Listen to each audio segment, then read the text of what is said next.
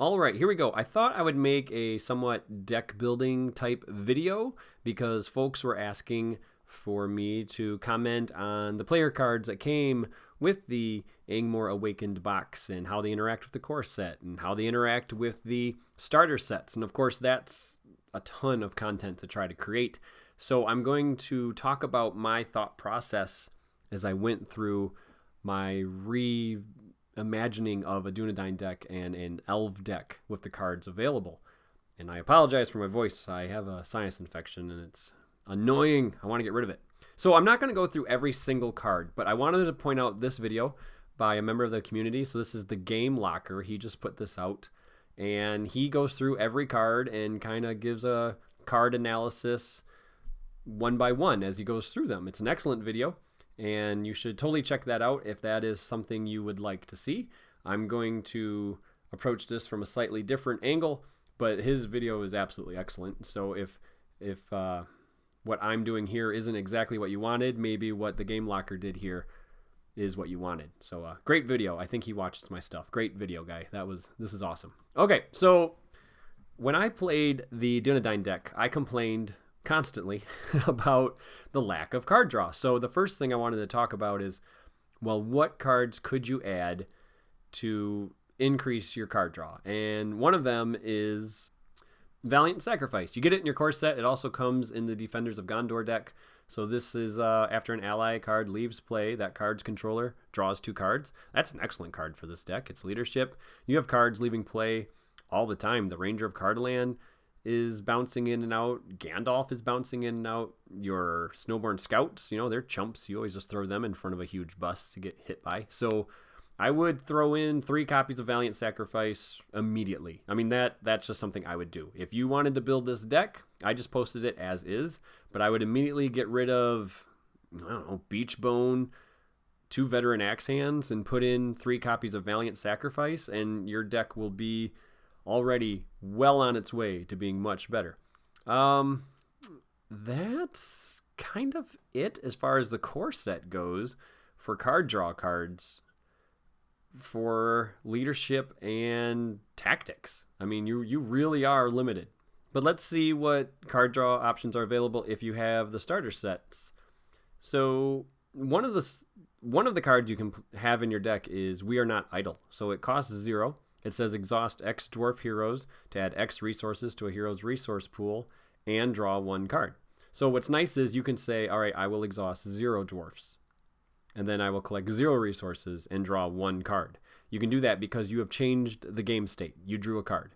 If it just stopped after add the resource to the resource pool, you couldn't do that because you didn't actually change anything. But because you still draw a card after exhausting 0 dwarves, you can basically just play with a deck that is 47 cards. So that's very, very nice. Speaking of very nice things, a very good tail.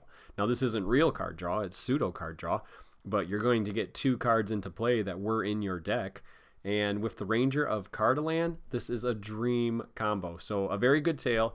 Exhaust 2 allies you control to shuffle your deck and discard the top 5 cards. Put up to 2 allies discarded by this effect into play under your control. The total cost of the allies put into play cannot exceed the total cost of the allies exhausted to pay for this effect. So you exhaust 2 and hopefully you get 2. And if you read the Ranger of Cardolan, he says, response, after you engage an enemy, if you control at least 1 Dunedain hero, spend 1 resource to put the Ranger of Cardolan into play from your hand under your control. Then at the end of the round, that's the important part, at the end of the round, if he's still in play, shuffle him into the owner's deck. The end of the round happens after all of your cards ready. So what you can do is you engage an enemy, you pop in a Ranger of Cardolan, he survives combat, you go to the end of the round, he's ready, you exhaust him and another ally like a Snowborn Scout, and that is 5 resources worth of allies that you just exhausted. And then you discard the top 5 cards of your deck after a shuffle, and you get to put in 2 more allies. So, I mean, that's just a great combo. It's not real card draw, but it's an amazing combo, and I consider it a sort of card draw. The Rohan deck and the Sylvan deck both do not have any card draw cards that would help us, but the Gondor deck is going to. So the Gondor deck has Foehammer. Foehammer. After a hero you control attacks and destroys an enemy, exhaust a weapon card attached to that enemy. Or attached to that enemy, yeah, right. It's dead. Attached to that hero and draw 3 cards. So the Dunedain deck does come with 1 weapon. It comes with the Sword of Numenor. I like to run 7. 6 is kind of the minimum weapons in my deck if I'm planning on Foehammer triggering. And the reason is you need a weapon. Otherwise, those Foehammers are dead cards. So you need a weapon in play. So I would add a 3rd copy of the Sword of Numenor if you wanted to run Foehammer. And then I'd run 3 more copies of a weapon. Now, unfortunately, if you have the Gondor deck, you don't get a weapon that you can actually use. The Valiant Sword can only go on a noble hero. But if you have the Rohan deck, you can put in a War Axe attached to a Tactics character, limit 1. Attached character gets +1 for each attachment it has with the restricted keyword. That's not bad. And then, of course, the core set comes with the Blade of Gondolin attached to any hero and the Dwarven Axe attached to any hero. So you could put some copies of those in. So if you're going to run Foehammer, make sure you have enough weapons for that to trigger. Pillars of the Kings is very expensive. I don't know if I would include that for card draw, but it is an option. I'm just pointing it out. And that's about it for card draw. If you're running leadership and tactics, even with a full card pool, card draw is kind of your Achilles heel in a way. It always has been. That's what makes each sphere unique. And these 2 are the spheres that you do have a little bit of an issue drawing cards, but there are ways to make this deck better. Valiant Sacrifice, to me, is just the single #1 card I would add to this deck without a doubt. I mean, get rid of Beorn. What the heck? You don't need him. This deck is so combat powerful that you don't need Beorn. Okay. Now, the thing this deck didn't do that I was surprised about, it worked well. If you watch the video, it handled an easier quest on its own, even though, the card draw was lacking and it's not a big willpower deck. It still did fine, but it doesn't include any of the really fun Dunedain cards in the deck. It has 3 Dunedain heroes, but it's lacking the Dunedain stuff. So I wanted to make sure to include that in my build. So here's my build. Right away, you can see the big change I made. I added Barivor. She's Dunedain, and she's lore. That's going to get me my card draw. And I swapped her out for Amarthiel. I did this for 2 reasons. Amarthiel actually shows up as, spoiler alert a little bit here, but I think you'd want to know, he shows up as an objective ally in 3 quests in the Angmar Awakened cycle. So you can't use this deck. It's a conflict. It's a unique conflict. So you would not be able to use this deck if you wanted to play campaign. Like, if you wanted to play all the quests in the campaign mode, I'm assuming. I mean, I guess I don't know, but right now, based on the cards I have from the original printing of the cycle, Amarthiel is an objective ally in 3 quests. So he's a great hero, but he does have a unique conflict problem. So I swapped him out for Barivor.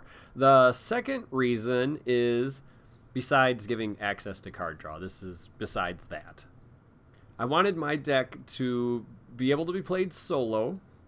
It works better as a fellowship with the other deck, but if you wanted to play it solo, it's nice to have a hero that quests for, I know it's just 1 more, but it's nice to have a hero that quests for just 1 more. Barivor quests for 1 more, and that helps, because assuming you're engaged with an enemy, Halbrad's not exhausting, and then you can still quest for 6 with just the heroes, and Halbrad can defend, and hopefully you have something else in play. And I also found that with Steward of Gondor and the resource acceleration I'm going to be talking about, I didn't need his extra resource. The only thing I really missed is not having 2 leadership resources on turn 1, because it was nice. So I do miss that. On turn 1, I usually end up not playing anything. I can't afford anything. But that's okay, because you're running a really powerful hero lineup, and that's reflected in your starting threat of 32. The higher your starting threat, the more powerful your heroes should be. Okay, so what did I do here? I added Barivor. Exhauster, draw 2 cards. So that immediately answers a huge question I had about how to add more card draw. I have added a hero that has a card draw ability.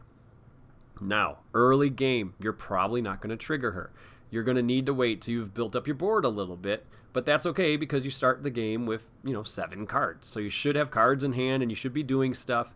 And then by the time you're wishing you could start drawing more cards, you should have got some stuff in play, and Barivor should be able to use her ability. You can exhaust her. I also, because I've added lore, I could add some card draw stuff. So a couple copies of Gleowine. Also, I've added this Dunedain ally, the Sarn Ford Sentry. So she's amazing. After she enters play, draw 1 card for each enemy engaged with you. And this is definitely a deck that I'm trying to engage as many enemies as possible. Why am I doing that?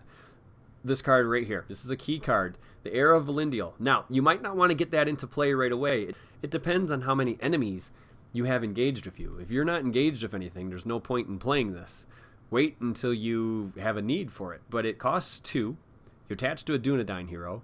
Planning action, exhaust it, and then reduce the cost of the next ally you play this phase by 1 for each enemy engaged with you. So, if you're engaged with 2 enemies, which I think is your goal, you should try to be engaged with 2 enemies, then this is basically a steward. It's giving you 2 resources in a way, but it's so much better than steward because it works for tactics, it works for lore, it works for leadership. It's just the next Dunedain that you put into play. So if you're engaged with 2 enemies, exhaust this. The Sarnford Sentry only costs 1 lore resource. And then you'd get to draw 2 cards. That's amazing. And then she's questing for 2. And then if you look at the other allies, like the Guardian of Arnor, +1 defense for each enemy engaged with you. So if you're engaged with 2 enemies, he's defending for 3. And then the Fornos Bowman, same ability, but with your attack, he's attacking for 3. And like I said, you don't really want to kill all your enemies, but, you know, odds are you're going to have to keep engaging enemies. So you just try to keep the 2 Wimpius engaged with you, or a copy of an enemy that's really annoying. It's got some horrible when revealed effect or when it engaged you effect. Let's see. I also added the East Road Ranger. So +2 willpower when committed to a side quest. And I kept the 2 side quests in here. I added 2 more copies of Ranger Summons because it's just amazing to shuffle those Rangers of the North into the deck. And then hopefully you reveal them. I left out Valiant Sacrifice because I found I was drawing so many cards I didn't need it. And this deck is built a little different. Yes, I still have the Ranger of Cardaland. Yes, I still have Gandalf. But for the most part, these allies are sticking around. I'm not having allies coming and going. I also added 2 copies of the Long Defeat. So you attach it to a quest card, limit 1. After the attached quest card is defeated, each player either draws 2 cards or heals up to 5 damage. And that is great to play on a side quest because then you're just really doubling up on the effort you put into clearing one of these side quests. So this deck, I added a lot more Dunedain allies with the hopes of the Heir of Lindeal helping me get them in for cheap. I also added some Forest Snares. Now you'll notice the lore cards are actually pretty expensive. A lot more expensive than you would expect for just having 1 lore hero. This is a pretty high peak for only having a few lore cards in there. You're only playing these expensive lore cards either at a discount with the Heir of Lindeal, or you're just saving up for them. So I've played games where I have a Forest Snare in hand, and I'm just like, well, okay, in 3 turns I'll be able to play it, or in 2 turns, I guess you would say. And that's fine because I have nothing else to spend her resources on, and you just plan on getting that in. That's okay. I also added the Horn's Cry. That's a pretty fun card. So all enemies get -1 attack. If you're in Valor, you choose a player, all enemies get -3 attack. That's very fun. I added some resource acceleration with Ranger Provision, so that's a way to get Barivore some more resources. It's lacking on willpower. It's not terrible on willpower. It's really not, especially if you can get Faramir into play. But that's why he's only a 1 of. He's not essential. This deck is meant to be paired with a deck that's really good at questing. You will have the most fun by far playing this deck alongside another deck that's good at questing. I love playing 2-handed, running 2 decks. You get the full feel of the cards. You get to do everything. You get ranged, sentinel, you can specialize your decks. You can have one deck that's great at combat and the other one that's just great at the quest phase. And you really get a feel that you are getting lots of fun choices and you're in the driver's seat, and it's a really good experience. I highly, highly recommend it, playing 2-handed. I have played this deck solo and it did fine. It really did. It just struggled on willpower, but that's expected because it's primarily a combat deck. But it can handle willpower. But you show up at at a multiplayer game with this deck, and you're going to do fine. You're going to have a great game. It's going to be so much fun. So those were some of the core set cards that I found very useful to add. Looking at the starter sets, one of the fun cards that I like to add to Dunedain decks is in the Rohan deck, and that is Wait No Longer. It's a tactics event. It costs 2. At the beginning of the quest phase, search the top 5 of the encounter deck for an enemy and put it into play engaged with you. That's great. Then reveal 1 less encounter card. I mean, you want enemies anyway. That means Halbrad would not exhaust the quest. It's a great one. It's an absolute great card to get into your Dunedain deck. Once you get the Steward of Gondor on somebody, the red arrow becomes available to go on them. And that's not bad. It gives you a little willpower boost, and it lets you find an ally. The Elves deck is very much an elf deck. There's not much that'll help you in your Dunedain deck. The best card that I can find out of here is a card that goes well in pretty much any deck, and that's Daron's Runes. So if you do have access to lore, this is one of the best card draw, if not the best card draw cards in the game. You could also use Wingfoot. All of your heroes are rangers, so that can be a way to ready Barivor or Aragorn. If you have the Gondor deck, you can't go wrong with the Gondorian Shield, especially if you put it on whoever has the Steward of Gondor, which is most likely Halbrad. He'll be ready, and then he can defend for 4/3 if he doesn't have Steward of Gondor. And the last thing is some traps. So you do get some trap cards. You get the Athelian Pit and Ranger Spikes, but neither of these are really ideal because you want to engage the enemies and keep them engaged with you. The trap you really want is Entangling Nets. This comes in the Temple of Deceived. The -2 attack is what you want. Then you have this enemy engage with you that's now a wuss. The one good thing about getting an enemy in a trap, even if it's one that's not really that useful to you, like the Athelian Pit, is then you can play Coney in a trap. So you have a ranger hero, you have a warrior hero. After you engage that enemy in the trap, that enemy can't attack you. That's nice. This isn't ideal, but these cards are here. Okay, so here's the suggested Elves deck that they had. My biggest complaint is that they said it could be played solo. I mean, yeah, I did beat the Oath with it, but I barely was able to kill anything. This is a support deck. I mean, just call it what it is. It's a support deck. It supports a combat deck. It provides the willpower, the canceling, the healing, and it can actually also provide a little bit of card draw because you can use Gleowine to help the other deck draw cards. The Long Defeat can help the other deck draw cards. So it's a support deck, guys. It really is. And so I did the same thing, but let's just talk about this deck. So what I guess I didn't like, and I don't even know if that's the right word, what I changed, I guess, because the deck worked fine. It was a perfect support deck.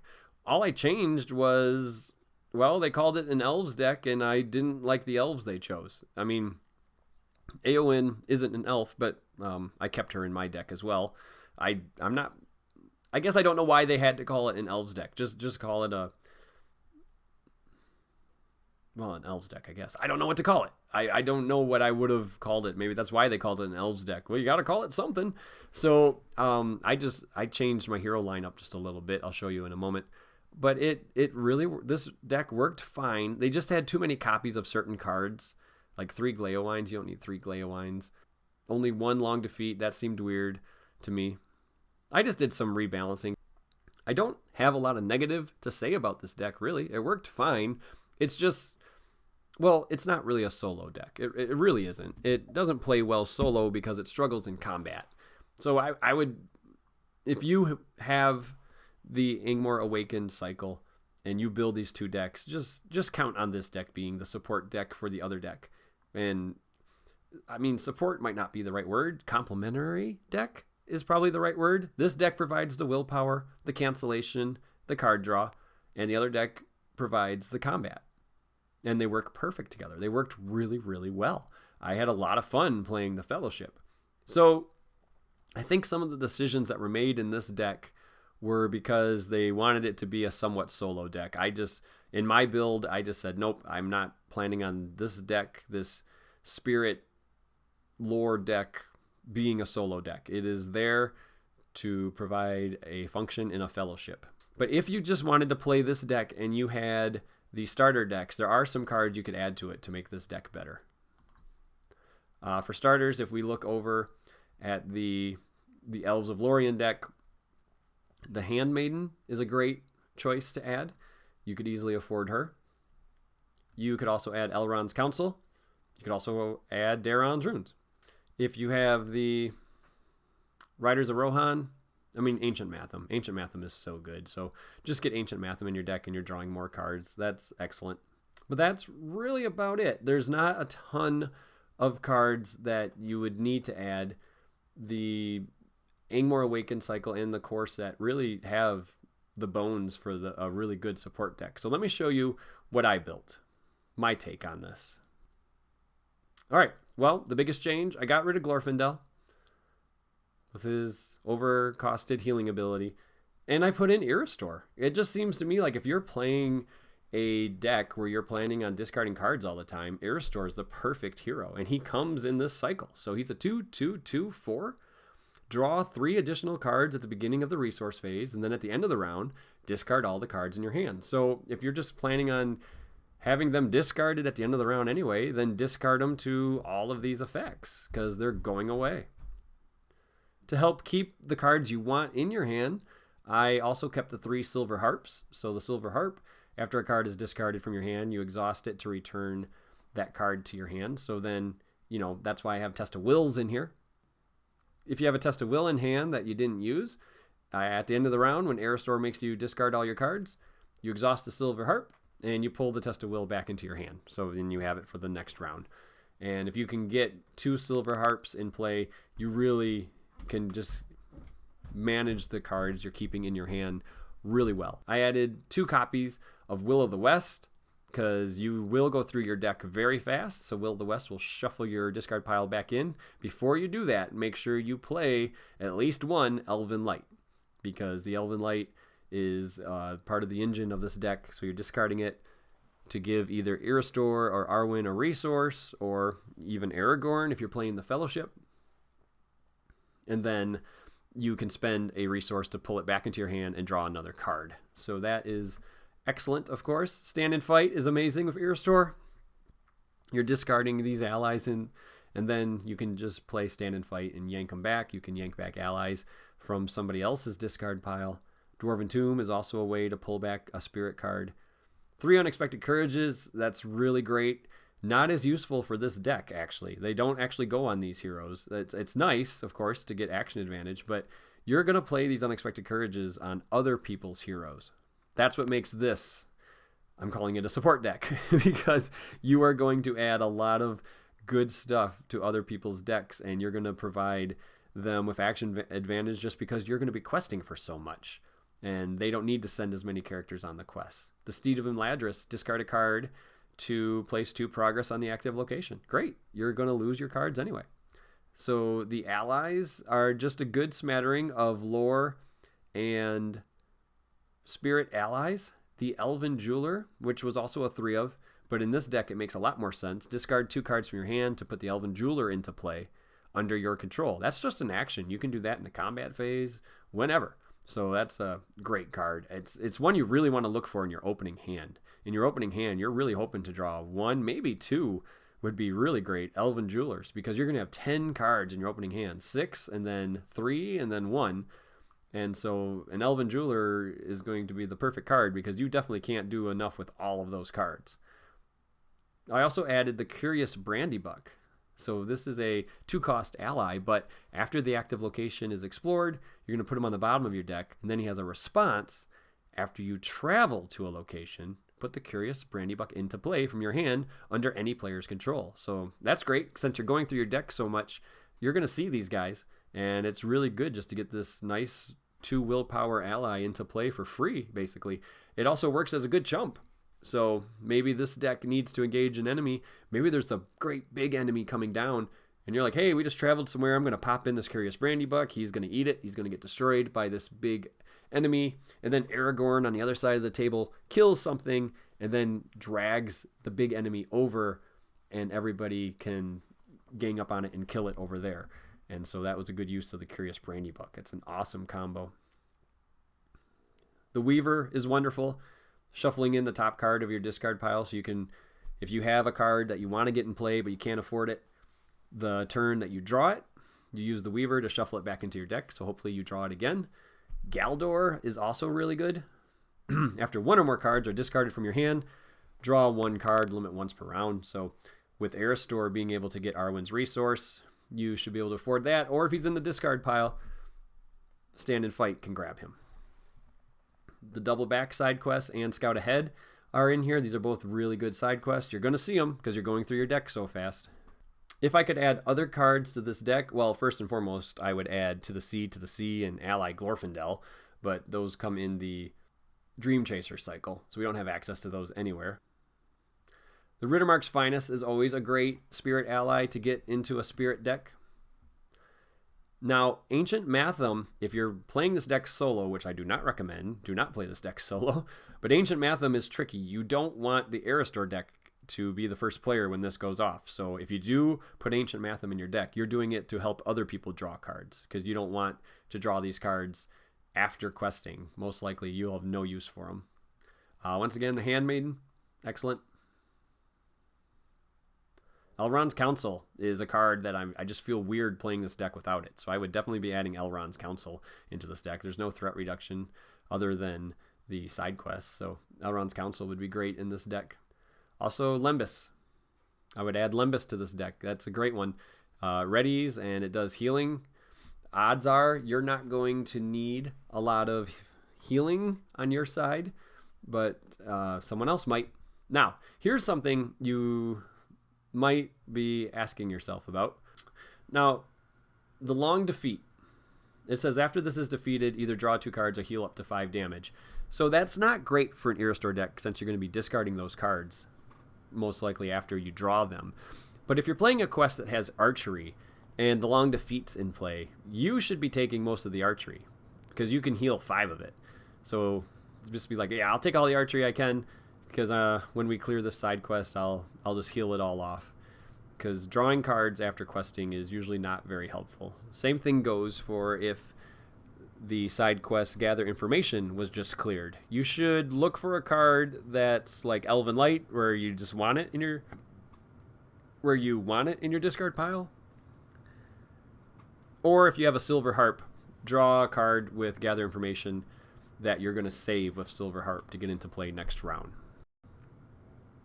The last thing I want to talk about is just some combos you can do with some of these cards in general. So Celebrian Stone gives Aragorn the Spirit resource icon. So if you're playing a deck that has Arwen and Aragorn in the same deck, giving him the Spirit icon is great because he can help pay for the Elven Lights coming out of the discard pile. So if you put Steward of Gondor on him, he will have 2 different resource types.